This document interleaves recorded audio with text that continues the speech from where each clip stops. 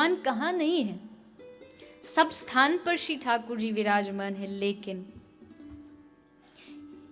ये मेरी बात नहीं, मेरा वाक्य नहीं है, साक्षात भगवान श्री कृष्ण कह रहे हैं। एक ब्रज का गांव है, उस ब्रज के गांव में आप ब्रज यात्रा में जो आएंगे उनको दर्शन होगा। एक शिला है जिसका नाम है सौगंधनी शिला। उस शिला पर खड़े होकर के श्री कृष्ण ने समस्त ब्रजवासियों के सामने सौगंध खाई कि मैं कृष्ण आज ये सौगंध खाता हूं कि मैं इस ब्रज को छोड़ करके कभी जाऊंगा नहीं। एक ऐश्वर्य भाव से भागवत में वर्णन है कि जब भगवान कृष्ण जा रहे थे अक्रूर जी के साथ मथुरा की ओर, तो भगवान कृष्ण ने यमुना में स्नान किया, अक्रूर जी ने यमुना में स्नान किया और भगवान के दिव्य रूप का दर्शन हुआ। ब्रजवासी कहते हैं कि उसी स्नान करते समय भगवान ने जो कृष्ण रूप था वो ब्रज में छोड़ दिया, और जो ऐश्वर्य रूप है भगवान का, उस ऐश्वर्य रूप से प्रभु मथुरा गए, वहां वो सारी लीला की। श्री कृष्ण कभी ब्रज छोड़ नहीं सकते। आज भी ब्रज में आ जाइए, किसी ना किसी घर में, किसी ना किसी गली में आपको कृष्ण माखन चुराता हुआ जरूर नजर आएगा।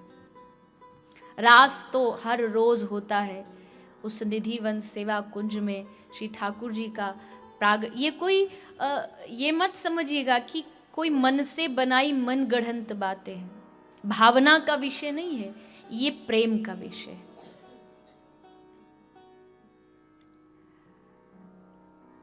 भले कृष्ण कहीं गए, लेकिन क्या ब्रज को कभी भूल पाए?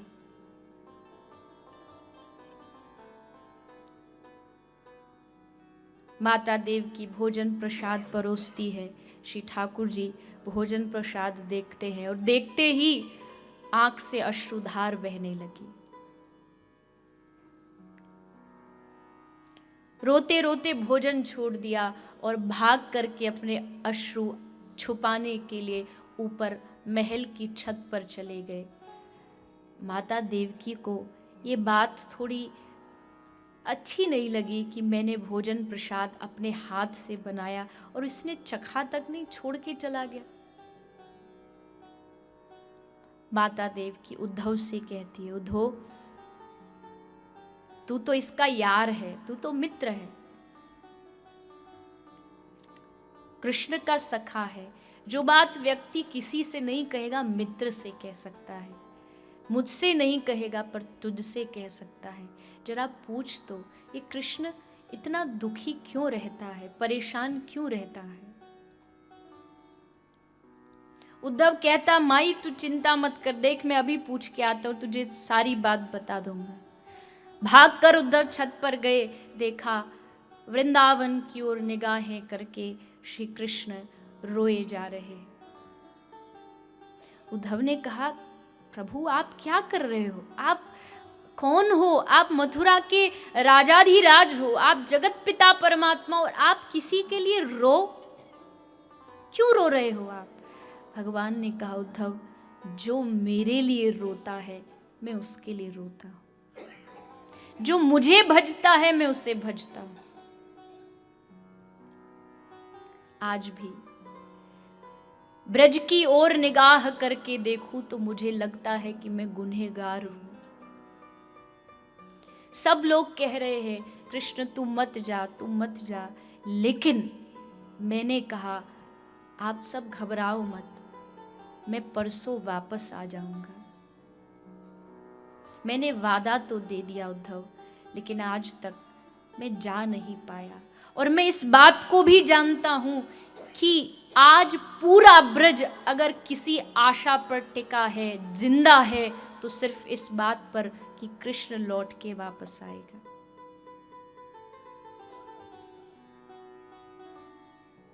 उद्धव समझाते हैं, प्रभु आप भगवान हैं, आप रोते हुए अच्छे नहीं लगते। भगवान ने कहा मुझे तो समझा देगा, पर उस ब्रज की बावरी गोपी को क्या समझाएगा? उसको समझा सकता है तू? क्यों नहीं प्रभु, मैंने शास्त्र पढ़े हैं, मैंने पुराण पढ़े हैं, मैंने वेद पढ़े हैं, 2-4 श्लोक 2-4 मंत्र उनके कान में सिखा के आऊँगा, उनको ध्यान कैसे करना चाहिए ये विधि सिखा के आऊँगा, सीख जाएंगी तो फिर धीरे धीरे रोना बंद हो जाएगा।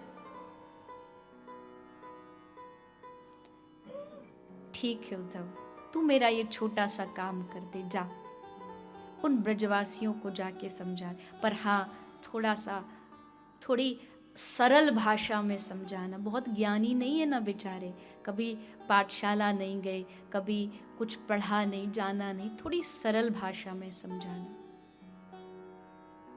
निकले उद्धव ब्रज की ओर, क्या कहे, उस भूमि में ही ऐसा नशा है। उद्धव घुसा और घुसते ही प्रेम की हवा ने उद्धव को स्पर्श किया, वायु का स्पर्श हुआ, रोम रोम उद्धव का पुलकित हो उठा। आगे माता यशोदा के पास जाती है। नंद महल आज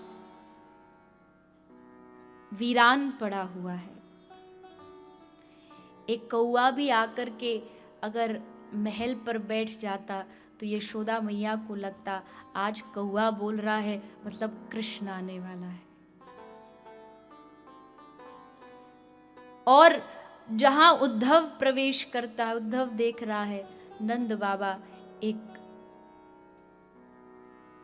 खम्बे से सर लगा के आंख बंद करके बैठे हैं।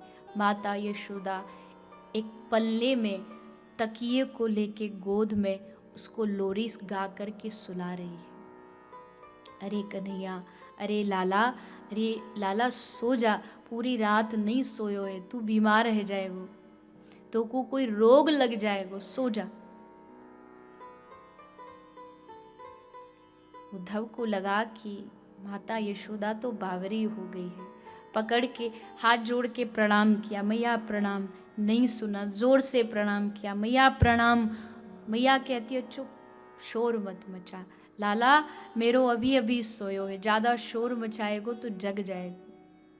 अरे मैया कहाँ है लाला, तेरो लाला तो मथुरा में है, वही का संदेश लेके तो मैं यहाँ पहुँचो हूँ, ये कहाँ लाला है। मैया ने नीचे नजर करी, ध्यान से देखा, ये तो तकिया है। ये भाव जानते ही एकदम मैया बाबरी हो गई। उद्धव कृष्ण का मित्र है, कृष्ण ने भेजा, ये सुनते ही उसको अपने हृदय से लगा लिया, अपने गले से लगा लिया। कृष्ण ना सही, पर तूने कृष्ण को स्पर्श तो किया है, तेरा स्पर्श करते मुझे लगेगा कि मेरा कृष्ण कैसा होगा। नंद बाबा से पूछा, बाबा आप क्या काम करते हो। बाबा नंद कहते हैं, उद्धव मैं नहीं, पूरा ब्रज एक ही काम करता है। स्मरताम कृष्ण वीर्यानि, हम सब बैठ करके बस कृष्ण को याद करते हैं, यही हमारा काम है, यही धंधा है, कुछ नहीं जानते ब्रजवासी इससे आगे। दोनों नंद यशोदा बैठ जाते, यशोदा मैया वक्ता बन जाती, नंद बाबा श्रोता बन जाते। बस फर्क इतना कि वक्ता नीचे बैठा, यशोदा नीचे बैठी, बाबा चारपाई पर बैठे, और यशोदा बस श्री कृष्ण ने क्या क्या किया, लाला ने कैसे माटी खाई, लाला ने कैसे माखन खायो, पूरी कथा सुनाती है और नंद बाबा सुनते रहते हैं। नंद यशोदा तो वात्सल्य भाव से श्री ठाकुर जी से प्रेम करते, लेकिन उन गोपियों की दशा कौन कहे, कौन बताए।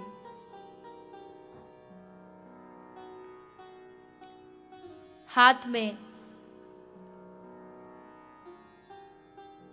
चौक लेकर के गोपी सामने दीवार पर बना रही है, 1+1 = 1, फिर मिटा देती है, फिर लिखती है 1+1 = 1, बार बार वही करती है। उद्धव गया, बोला गोपी पढ़ी नहीं है कभी 1+1 = 2 होता है, 1 नहीं होता। गोपी ने कहा, उद्धव तेरे लिए 1 + 1 = 2 होता होगा, प्रेमियों के लिए तो जब 2 मिलते हैं तब जाके 1 बनता है। जब प्रेमी और प्रियतम मिल जाता है तो फिर दूसरा कुछ नहीं बचता, एक ही बचता है। जब मैं था तो प्रभु नहीं, जब प्रभु तो मैं नहीं, एक बचता है। कोई गोपी काजल लेकर के अपने पूरे मुंह पे काजल लगा के, कालिख लगा के, लेप करके खड़ी। उद्धव गोपी से पूछता है, ये क्यों काली बनी पड़ी है?